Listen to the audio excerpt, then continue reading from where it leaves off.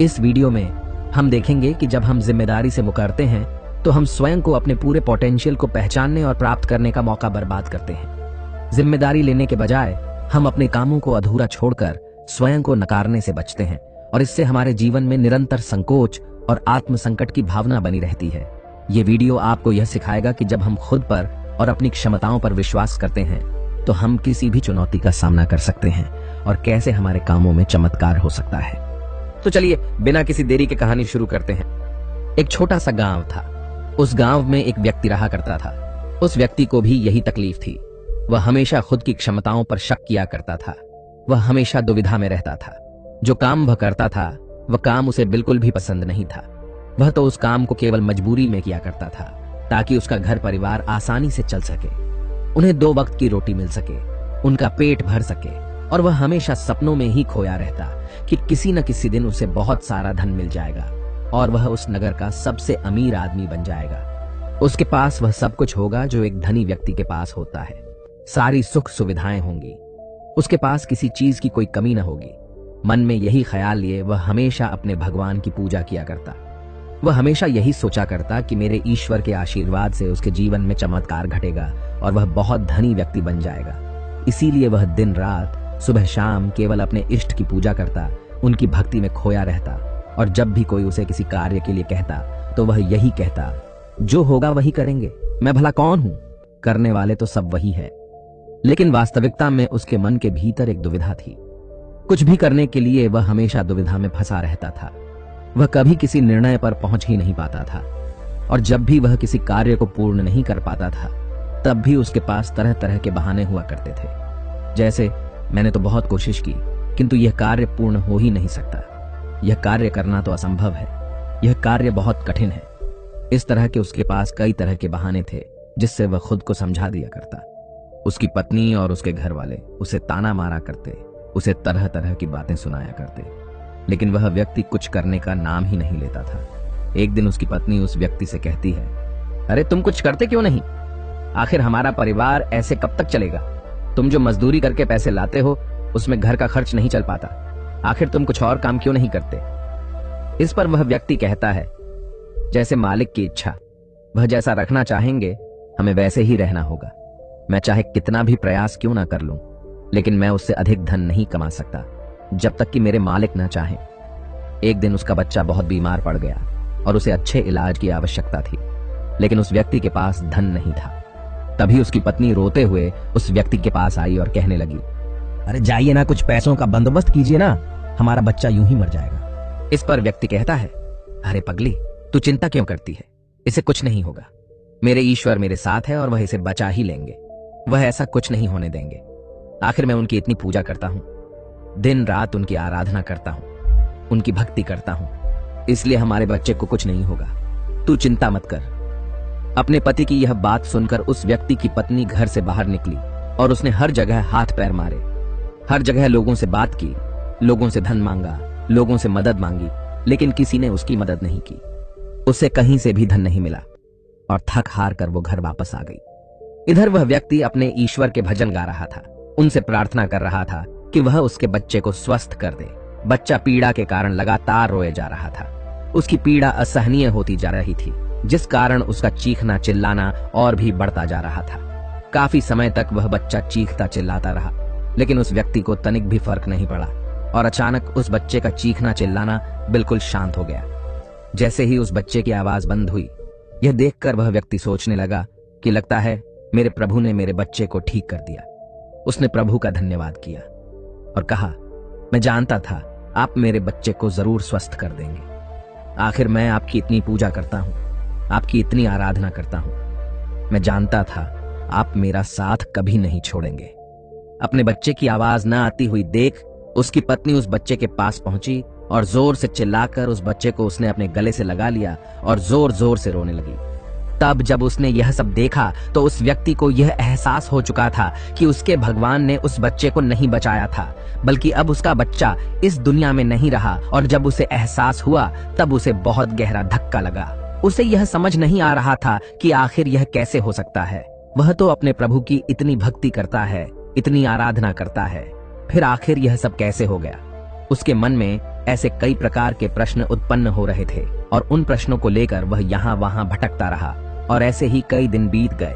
दिन के बाद हफ्ते और हफ्तों के बाद महीने बीत गए, लेकिन अब तक उसे उसके प्रश्नों का कोई उत्तर नहीं मिला था। जब भी किसी से इसके बारे में बात करता तो हर कोई उसे केवल एक ही जवाब देता कि लगता है तुम्हारी भक्ति में कोई कमी रह गई थी।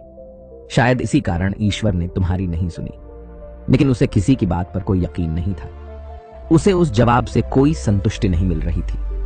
वह अपने बच्चे को खोने के कारण बहुत तकलीफ में था। मन ही मन वह पूरी तरह से टूट चुका था। एक दिन वह किसी मार्ग से होता हुआ कहीं जा रहा था, लेकिन तेज धूप के कारण वह एक पेड़ की छांव में बैठ गया और वहां पर बैठकर अपने बच्चे को याद करके जोर जोर से रोने लगा। उसी मार्ग से एक साधु होकर गुजर रहे थे। उन्होंने जब उस व्यक्ति के रोने की आवाज सुनी तो वह उसके पास पहुंचे और उस व्यक्ति से कहते हैं, क्या बात हो गई? आखिर तुम इतने जोर जोर से इस तरह रो रहे हो? क्या कोई संकट आन पड़ा है? आखिर क्या बात है, मुझे बताओ। इस पर उस व्यक्ति ने अपनी सारी बातें उन साधु को बता दी और साधु से कहता है, हे गुरुवर, आखिर इसने मेरी क्या गलती है? आखिर मैंने क्या किया? मेरी पत्नी मुझे मेरे बच्चे की मौत का जिम्मेदार ठहराती है।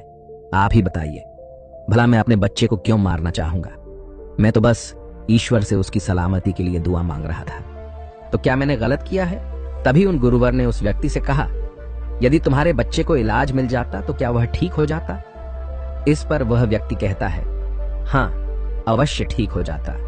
तभी वह साधु उस व्यक्ति से कहते हैं, तो आखिर तुमने इलाज क्यों नहीं करवाया? इस पर व्यक्ति कहता है, गुरुवर, मेरे पास इतना धन नहीं था कि मैं उसका इलाज करवा सकूं। तभी गुरुवर उस व्यक्ति से कहते हैं, तुम्हारे पास धन क्यों नहीं था? तभी वह व्यक्ति इसका जवाब देते हुए कहता है, गुरुवर, जहां मैं काम करता हूं वहां पर मुझे बहुत ही कम तनख्वाह मिलती है और इससे मेरा घर बड़ी मुश्किल से चल पाता है। ऐसे में मैं भला अधिक धन कहां से जोड़ सकता हूं? तभी वह व्यक्ति से कहते हैं, यदि तुम्हारी बच्चे की मृत्यु धन न होने के कारण हुई है तो तुम ईश्वर को क्यों दोष दे रहे हो? उसने तो नहीं कहा था कि तुम अधिक धन मत कमाओ। उसने तो तुमसे नहीं कहा था कि तुम वहीं पर काम करते रहो जहां पर तुम्हें कम तनख्वाह मिलती है। ईश्वर ने तो तुमसे नहीं कहा था कि तुम मेरे भरोसे बैठो। यह सुन वह व्यक्ति थोड़ा सा अचरज में पड़ गया। उसने उन साधु से कहा, गुरुवर, तो क्या हमें ईश्वर की मदद नहीं मांगनी चाहिए? क्या हमें उनकी पूजा आराधना नहीं करनी चाहिए? तभी वह व्यक्ति से कहते हैं, तुम्हारा ईश्वर कोई और नहीं बल्कि तुम्हारे भीतर है। वह तुम्हारी आंखों से देखते हैं, तुम्हारे ही हाथों से कार्य करते हैं, तुम्हारे ही पैरों से चलते हैं, और जब तुम्हें कुछ करने के लिए तैयार न हो तो वह तुम्हारी मदद कैसे कर सकते हैं? तुमने ही अपने ईश्वर को हाथ पर हाथ धरे रखने के लिए मजबूर कर दिया है। तभी वह व्यक्ति उनसे कहता है, ठीक है, आपकी बातें बड़ी कड़वी लग रही हैं, लेकिन जो कुछ भी आप कह रहे हैं वह सब सत्य है। कहीं न कहीं मैं अंदर से जानता था कि मैं ही अपने बच्चे की मौत का जिम्मेदार हूं। यदि मैंने थोड़ा और धन जुटा लिया होता, यदि मैंने थोड़ी सी मेहनत की होती, लोगों से मदद मांगी होती, तो अवश्य ही आज मेरा बच्चा जिंदा होता, मेरे साथ होता। इतना कहकर व्यक्ति जोर जोर से रोने लगा। कुछ देर रोने के बाद फिर से शांत होकर गुरु से कहता है, गुरुवर, जब भी मैं कोई कार्य करने जाता हूं तो मेरे पास इतने साधन नहीं होते थे, न ही धन होता था, न ही किसी का सहयोग मिलता था, और जब भी मैं कोई कार्य करने जाता तो मेरे मन में एक शंका होती, एक संकोच होता कि क्या मैं इस कार्य को कर सकूंगा या नहीं। तभी वह साधु उस व्यक्ति को एक पेड़ की तरफ इशारा करके कहते हैं, क्या तुम पेड़ पर चढ़ना जानते हो? व्यक्ति कहता है, नहीं गुरुवर, मैं आज तक कभी भी पेड़ पर नहीं चढ़ा और न ही मैं पेड़ पर चढ़ना जानता हूं, किंतु आप मुझसे यह क्यों पूछ रहे हैं? इस पर वह साधु कहते हैं, अभी बताता हूं। उन्होंने पास में बैठे हुए एक कुत्ते को एक पत्थर मारकर क्रोध दिलाया और वह तुरंत ही पास वाले पेड़ पर चढ़कर बैठ गए, और अब उस कुत्ते के सामने वह व्यक्ति था।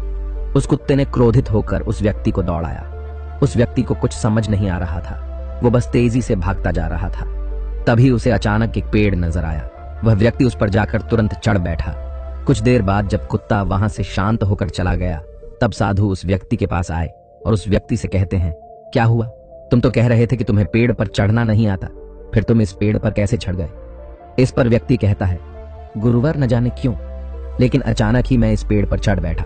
मैं नहीं जानता ये मैंने कैसे किया, लेकिन मुझे अपनी जान बचाने के लिए यह करना ही पड़ा। इस पर वह साधु तो मुस्कुराने लगे और उस व्यक्ति से कहते हैं, मजबूरी व्यक्ति से सारे काम करा लेती है, फिर चाहे वह उसे कार्य पसंद हो या ना हो। जब तुम्हारी जान पर बन आई तो तुम इस पेड़ पर चढ़ बैठे। आखिर उस वक्त तुमने अपने ईश्वर को क्यों नहीं याद किया? तुम्हें उन्हें अपनी मदद के लिए क्यों नहीं बुलाया? तुम चाहते तो वहीं पर बैठकर अपने ईश्वर को याद कर सकते थे, उन्हें अपनी रक्षा के लिए बुला सकते थे, लेकिन तुमने ऐसा नहीं किया।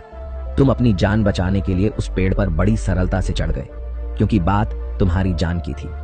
लेकिन जब तुम्हारे बच्चे की जान दांव पर लगी थी, तब तुम ईश्वर से आराधना कर रहे थे, उनसे प्रार्थना कर रहे थे कि वह तुम्हारे बच्चे की जान बचा लें। तुम अपने जिम्मेदारी से भाग रहे थे, पर अगर तुम उस जिम्मेदारी को निभाते तो आज हालत कुछ और होती। उन साधु की ऐसी कड़वी बातें सुनकर व्यक्ति मन ही मन और दुखी हो गया। वह जोर जोर से फूट फूट कर रोने लगा और कहता है, गुरुवर, आप सत्य कहते हैं, मैं ही अपने बच्चे की मौत का जिम्मेदार हूं। मुझे ऐसा नहीं करना चाहिए था, मुझे और अधिक धन जोड़ना चाहिए था। यदि मैंने ऐसा कर लिया होता तो मैं आज अपने बच्चे को बचा पाता। लेकिन अब क्या करूं, मुझे कुछ समझ नहीं आ रहा। इस पर साधु उस व्यक्ति से कहते हैं, जो हो गया उसे मिटाया नहीं जा सकता, किंतु जो होने वाला है उसे बनाया अवश्य जा सकता है। इसलिए अपने बहानों से ऊपर उठो, अपने संकोच को मन से मिटा दो, और किसी भी कार्य को शुरू करने से पहले तुम्हारे मन में दुविधा उत्पन्न होती है, उसे पूरी तरह से समाप्त कर दो। फिर देखना, तुम जैसा चाहोगे वैसा ही होगा। तुम जो हासिल करना चाहोगे तुम उसे हासिल कर पाओगे। तुम्हारा मन मजबूत होने लगेगा। मैं दुविधा से ऊपर उठकर साफ और स्पष्ट तौर पर निर्णय ले सकेगा। उसके बाद से तुम्हारे मन को कभी किसी बहाने की जरूरत नहीं पड़ेगी। इस पर व्यक्ति उस हाथ से कहता है, किंतु हे गुरुवर, जब भी मैं कोई कार्य करने जाता हूं तो मेरा मन बहुत ही कमजोर पड़ जाता है, मैं बहुत घबरा जाता हूं। मैं अपने मन को मजबूत कैसे बनाऊं? क्या आप मुझे इसके लिए कोई उपाय बता सकते हैं? इस पर साधु कहते हैं, हाँ, मेरे पास इसका भी उपाय है। तभी व्यक्ति कहता है, गुरुवर, कौन सा उपाय, मुझे बताइए। इतने में साधु ने उस व्यक्ति का हाथ पकड़ा और उसे एक नदी किनारे ले आए और उस व्यक्ति से पूछते हैं, क्या तुम्हें तैरना आता है? वह व्यक्ति थोड़ा घबराया, लेकिन उसने जैसे तैसे उन गुरु के इस बात का जवाब देते हुए कहा, हे गुरुवर, मुझे तैरना नहीं आता, लेकिन आप मुझसे क्यों पूछ रहे हैं? इस पर गुरु कहते हैं, अभी बताता हूं। इतना कहकर उन्होंने उस व्यक्ति को पीछे से धक्का दे दिया और वह व्यक्ति सीधा नदी में जा गिरा। वह नदी के पानी में हाथ पैर मार रहा था। वह बचने का हर मुमकिन प्रयास कर रहा था। जब उन साधु ने देखा कि वह व्यक्ति डूबने लगा है तो उन्होंने जाकर उसे उस पानी से बाहर निकाला। वह व्यक्ति जैसे ही बाहर आया तो वह हाँफने लगा। वह घबराया हुआ था, बहुत डरा हुआ था। जैसे तैसे उसने हिम्मत की और वह खड़ा हो गया। अब की बार वह साधु को देखकर बहुत घबरा चुका था, बहुत डर चुका था। वह उन्हें देखते ही भागने का प्रयास करने लगा, लेकिन एक बार फिर उन साधु ने उसे जबरदस्ती पकड़कर नदी में धक्का दे दिया। वह नदी में हाथ पैर मारने लगा ताकि कोई उसे बचा ले। वह जोर से चिल्लाने लगा, बचाओ बचाओ, लेकिन आसपास कोई न था। उसकी मदद के लिए कोई नहीं आ रहा था। तभी साधु उस पानी में उतरे और उस व्यक्ति को जबरदस्ती पकड़कर सीधा खड़ा कर दिया। उस व्यक्ति ने पाया कि उस नदी में पानी केवल उसके कंधे तक ही आ रहा था। इस पर वह साधु उस व्यक्ति से कहते हैं, अब तुम मुझे यह बताओ कि आखिर तुम इतने कम गहरे पानी में किस तरह से डूब कर मर सकते हो? यदि तुम चाहते तो सीधे खड़े होकर इस परिस्थिति का सामना कर सकते थे और तुम्हें यह भी एहसास हो जाता कि इस नदी में पानी केवल तुम्हारे कंधे तक ही है और तुम्हें इस तरह से इतनी मेहनत करने की कोई आवश्यकता न पड़ती। न ही तुम घबराते और न ही इस परिस्थिति से भागने का प्रयास करते, किंतु तुम्हें हमेशा से केवल एक डर का सामना किया है, और वह यह है कि यदि तुम नदी में गिरे और तुम्हें तैरना नहीं आता तो तुम्हारी मृत्यु निश्चित है। और यही कारण है कि तुम सही स्थिति का पता नहीं लगा पा रहे थे। तुम यह तक पता नहीं लगा पाए कि आखिर इस नदी में पानी कितना गहरा है। एक बार फिर साधु उस व्यक्ति को नदी से बाहर लाए और थोड़ा देर इंतजार करने के बाद उन्होंने एक बार फिर उस व्यक्ति को उस नदी में धक्का दे दिया। अब की बार उस व्यक्ति को उस स्थिति का पता चल चुका था। वह यह जानता था कि अब जैसे ही वह अपने आप को स्थिर कर लेगा, जैसे ही अपने आप को अपने पैरों पर खड़ा कर लेगा, ये पानी केवल उसके कंधों तक ही आएगा। और उसने बिल्कुल ऐसा ही किया। वह सीधा खड़ा हो गया। तभी साधु उस व्यक्ति से कहते हैं, क्या तुम्हें अब अपने मन को मजबूत करने का मंत्र मिल चुका है या नहीं? इस पर वह व्यक्ति कहता है, हाँ, मैं समझ चुका हूं कि अपने मन को मजबूत किस तरह से किया जाए।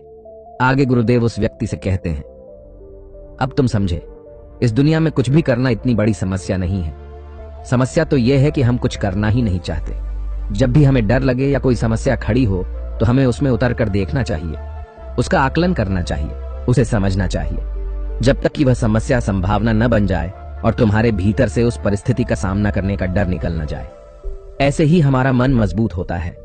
आज तुम्हारे पानी का डर समाप्त हुआ है, लेकिन वास्तविकता तो यह है कि तुम अब भी तैरना नहीं जानते, और जब तक तुम तैरना नहीं जान सकोगे तुम गहरे पानी में उतर नहीं सकोगे। इसलिए मेरी एक बात हमेशा याद रखना, इस संसार में ऐसा कुछ नहीं है जो तुम नहीं कर सकते। बस तुम्हें तुम्हारे साथ खड़े होना आवश्यक है, तुम्हें अपना साथ देना आवश्यक है। इसलिए अपने आप को धोखा देना बंद करो, अपने आप को दुविधा से बाहर निकालो, अपने आप पर संकोच करना बंद करो, अपनी शक्ति को पहचानो। तुम हर कार्य कर सकते हो जो तुम करना चाहते हो। यह सुन उस व्यक्ति को अपनी गलती का एहसास हो गया और उसने गुरु को प्रणाम किया और वापस अपने घर की ओर लौट गया। अब से हर रोज अपनी गलतियों को सुधारने में लग चुका था, अपने मन को मजबूत करने में लग चुका था। जब भी उसके सामने कोई परिस्थितियां थी, इसका सामना करने में उसका मन घबराता, उसका मन डरता, तो वह उस परिस्थिति के सामने खड़ा हो जाता और उनका डट के सामने करता, अपनी जिम्मेदारियां निभाता, क्योंकि यही करते हैं जिम्मेदार लोग, डट के खड़े होते हैं। उसने अपने मन के संकोच को, अपनी दुविधाओं का त्याग कर दिया था और उसने अपना हाथ थाम लिया था। जिस भी कार्य में उसे डर लगता वह उस कार्य को जरूर करता है, जिससे उसका मन और भी अधिक मजबूत हो जाता। अब ना ही उसके मन में कोई संकोच होता था, न ही वह किसी से किसी प्रकार के डर की बातें करता। हर परिस्थिति का सामना करने के लिए पूरी तरह से तैयार रहता और इसी प्रकार उसके मन का सारा डर खत्म हो चुका था और वह अपने जीवन में आगे बढ़ने के लिए पूरी तरह से तैयार था। अब वह जो कुछ भी चाहता था वह उसे हासिल करने में पूरी तरह से सक्षम था। दोस्तों, उम्मीद है कि आपने आज के इस वीडियो से जरूर कुछ न कुछ सीखा होगा।